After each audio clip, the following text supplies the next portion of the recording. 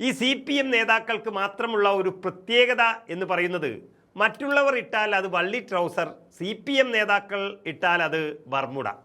പമ്പര വിഡ്ഢികൾ എന്ന് മാത്രമേ ഇതിനെ പറയാൻ കഴിയൂ. പാലക്കാട്ടെ UDF സ്ഥാനാർത്ഥി രമേഷ് പിഷാരടിയോട് മാപ്പ് പറഞ്ഞിരിക്കുകയാണ് മുൻ മന്ത്രിയും CPMൻ്റെ വലിയ നേതാവുമായ തോമസ് ഐസക്. പിഷാരടിയെ കോമാളി എന്നാണ് തോമസ് ഐസക് വിളിച്ചത്. ഈ സിനിമാ താരങ്ങളെ കോമാളികളായിട്ടാണ് CPM നേതൃത്വം കാണുന്നതെങ്കിൽ ഏറ്റവും വലിയ കോമാളിയായ ഇന്നസെൻറ്റിനെ MP ആക്കിയത് CPM ആണ്. അതിനപ്പുറം ഈ കോമാളി വേഷം കെട്ടുന്നതിന് അപ്പുറം പെണ്ണുപിടിയം കൂടിയാണ് സിനിമാ താരം മുകേഷ്. അദ്ദേഹത്തിനെ MLA ആക്കിയതും CPM ആണ്. ഇനി നല്ലൊരു നടനായ മുരളിയെ പോലെയുള്ളവരെ മത്സരിപ്പിച്ചതും CPM ആണ്.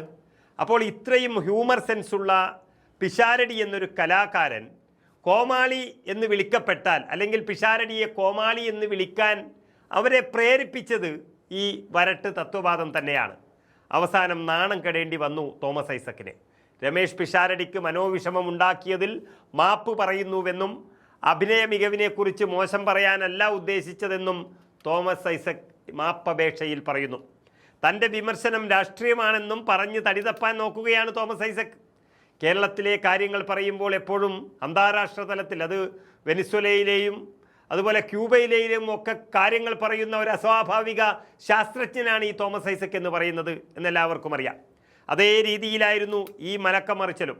രാജ്യത്തെയും സംസ്ഥാനത്തെയും ജനങ്ങൾ ഇന്ന് നേരിടുന്ന ഏറ്റവും വലിയ പ്രതിസന്ധി പശ്ചിമേഷ്യയിലെ പ്രശ്നമാണ്. അതിൽ തങ്ങൾക്കും കോൺഗ്രസിനും നിലപാടുണ്ട്.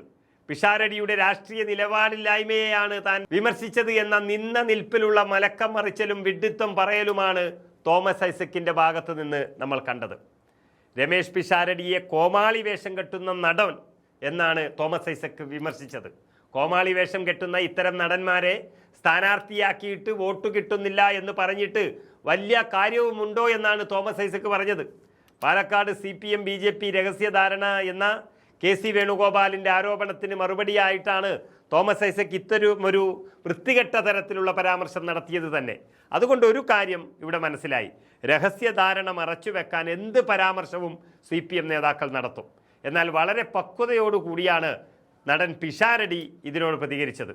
അദ്ദേഹത്തിൻ്റെ ഒപ്പത്തിനൊപ്പം നിന്ന് പരാമർശം നടത്താൻ താൻ ആഗ്രഹിക്കുന്നില്ല എന്നും കലയും കലാകാരന്മാരും ഈ CPM നേതാക്കൾക്ക് എന്നു മുതലാണ് കാണാൻ വയ്യാത്തവരായത് എന്നും തുറന്നടിച്ച പിഷാരടി, അഭിപ്രായ സ്വാതന്ത്ര്യം എല്ലാവർക്കുമുണ്ട്, എന്നാൽ സംസ്കാരം എല്ലാവർക്കും ഉണ്ടാകില്ല എന്നും അത് സമരം ചെയ്താൽ കിട്ടില്ല എന്നും പറഞ്ഞതോടെ ഈ നേതാവ് തോമസ് ഐസക് ഓടി ഒളിച്ചു എന്ന് തന്നെ പറയാം. അതോടെയാണ് മാപ്പ് പറച്ചിലുമായി ഇപ്പോൾ രംഗത്ത് വന്നത്.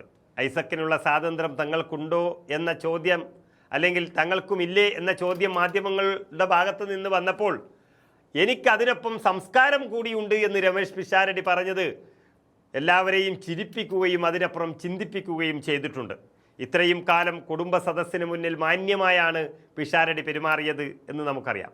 അതേ മാന്യത രാഷ്ട്രീയത്തിലും തുടരണമെന്നും വരുന്ന തലമുറ നമ്മളെ കാണുമ്പോൾ ഇതൊരു മോശം ഇടമാണെന്ന് തോന്നാത്ത വിധം സരസമായിരിക്കണം ഈ രാഷ്ട്രീയ മേഖലയും എന്നാഗ്രഹിച്ചു കൊണ്ടാണ് രാഷ്ട്രീയത്തിലേക്ക് വന്നത് എന്നും പിഷാരടി വ്യക്തമാക്കിയതോടെ സമൂഹത്തിൽ മാനവും മര്യാദയും ഒപ്പം നന്മയും ആഗ്രഹിക്കുന്നവർ മുഴുവൻ പിഷാരടിയുടെ ആ വാക്കുകൾക്കൊപ്പമായി മാറി. അതൊരു ആദ്യ വിജയം തന്നെയാണ് രമേഷ് പിഷാരടിയെ സംബന്ധിച്ചിടത്തോളം.